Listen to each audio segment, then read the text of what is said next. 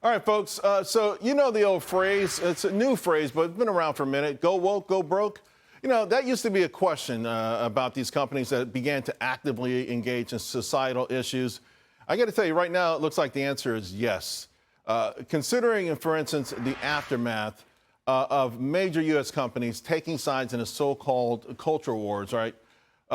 It's been crucial. Nike, for instance, I think is the poster company for all of this.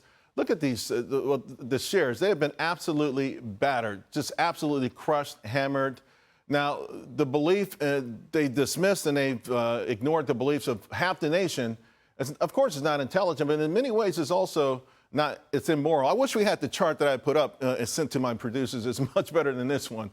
You guys got to see this stock got hammered. Anyway, the bottom line is the company is paying a heavy price, a real heavy price for entering the culture wars. But they're not the only ones. Disney shares have gotten hammered from $200 to $80.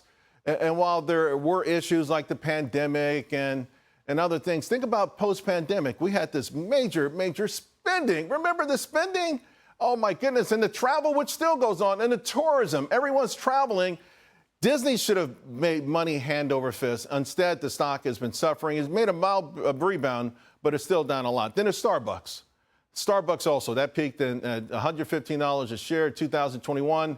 It's languishing around 77 right now. You know what's interesting about these names, though? One of the common thread with these companies, and I saw it from the very beginning, was they get a lot of business from outside the United States. So it seems to me that they were willing to throw a big chunk of their American consumers overboard. We don't like your values. Don't shop with us. It doesn't matter, because they thought those sales would be replaced elsewhere. But here's the thing. U.S. profits from foreign markets have been plunging since 2009. I mean, they are coming down big time. You see that blue line? Emerging markets, they're barely moving.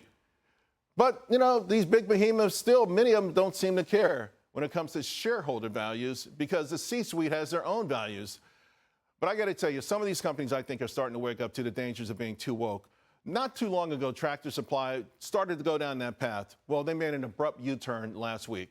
In fact, the company noted that it's middle America. They talked about the roots and the values there. And they said, listen, we've invested millions of dollars in veteran causes, emergency response, animal shelters, state fairs, rodeos, and farmers markets. They also mentioned they invested in rural America. They're the largest supporter of FFA and have a long-standing relationship with 4-H. 4-H, that's the magic middle America word, right?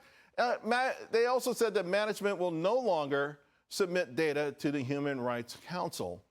That's really, really huge. By the way, I love the way they end the statement. See you in the stores.